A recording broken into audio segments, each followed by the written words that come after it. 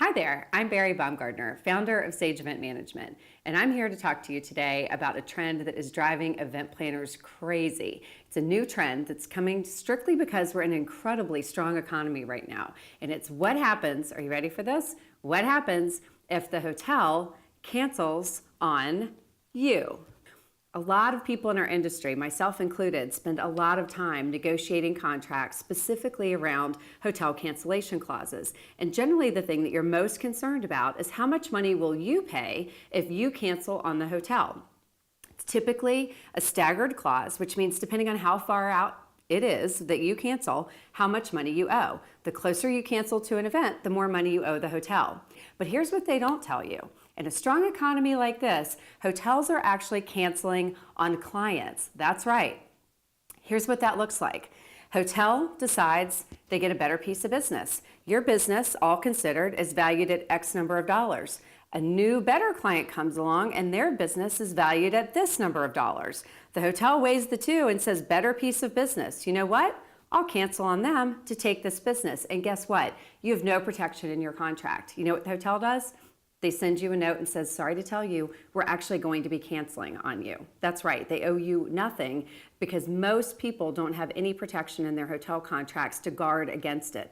Let me tell you a quick little story about this. One of our clients, Marcia Weeder, had gone to a hotel a couple years in a row. We really loved this hotel. And so when it came time to renew her contract to do her next event, we went straight to that hotel, negotiated the contract, back we were, super simple and easy. We're just about to start marketing for her event and we get a letter from the hotel. Guess what? They sold to a condo development company. Now that hotel is gonna be a condo, and guess what? It's gonna happen before her event. The sale is gonna happen before her event takes place. So the hotel cancels on her, but guess what? Silver lining, we had negotiated a cancellation by hotel clause in Marcia's contract, which meant the hotel had to pay her because they were canceling on her without fair notice. So they wrote her a check for $100,000. That's right.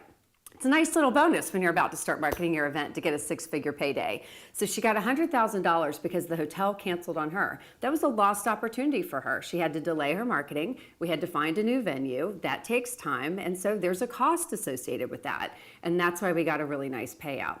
So here's the deal.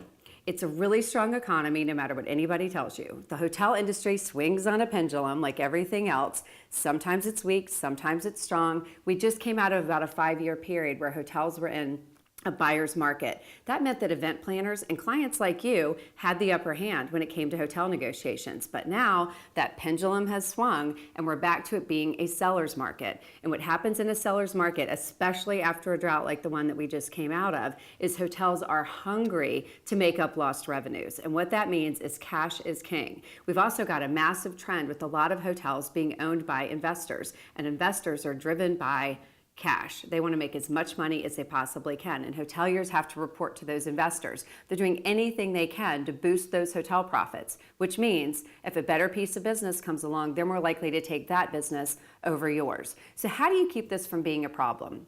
Specifically, what you want to do is you want to look at the value of your business.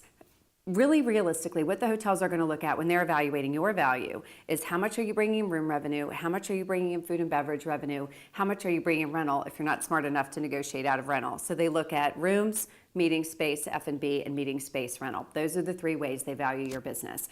So you can evaluate pretty quickly how much your business is worth. You can also tell by how much the hotel is willing to give you in discounts. If they're giving you a low room rate, a low F&B, that's obviously a weak time for them. You've caught them in a soft spot, which is really good for you from the perspective that you can keep your costs down, but it can make you a little bit liable from the perspective, or a little bit vulnerable is a better word, can make you a little bit vulnerable if the hotel easily gets a better piece of business than the one you brought them. If they use those same metrics, someone comes to them and is willing to offer them more money in rooms, more money in meeting space, food and beverage, more money in meeting space rental, you could quickly find yourself in the firing line.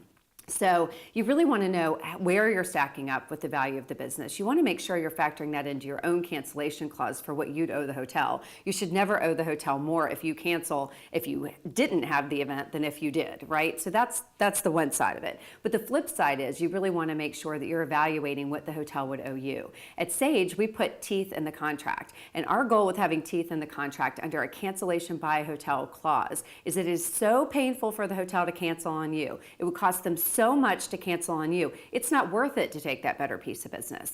At Sage, that typically looks like saying they have to help find a new venue, they have to pay the difference in cost between their hotel and a new venue, they have to pay for site selection, they have to pay for marketing costs, they have to pay for any refunded travel costs. All those things start to add up really quickly for an event. And think about it, the closer you get to the event, the more likely you've invested a lot in marketing, your attendees have invested in travel, those are all refunds that have to be made, the hotel would have to pay them.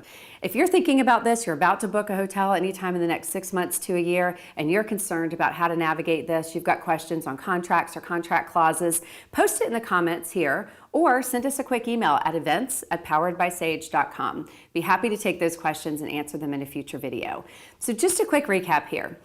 Economy has shifted, pendulum has shifted, you are in a seller's market. Buyer beware, you have to be super careful. You really want to be careful not to only negotiate your own clause around cancellation, but cancellation by hotel.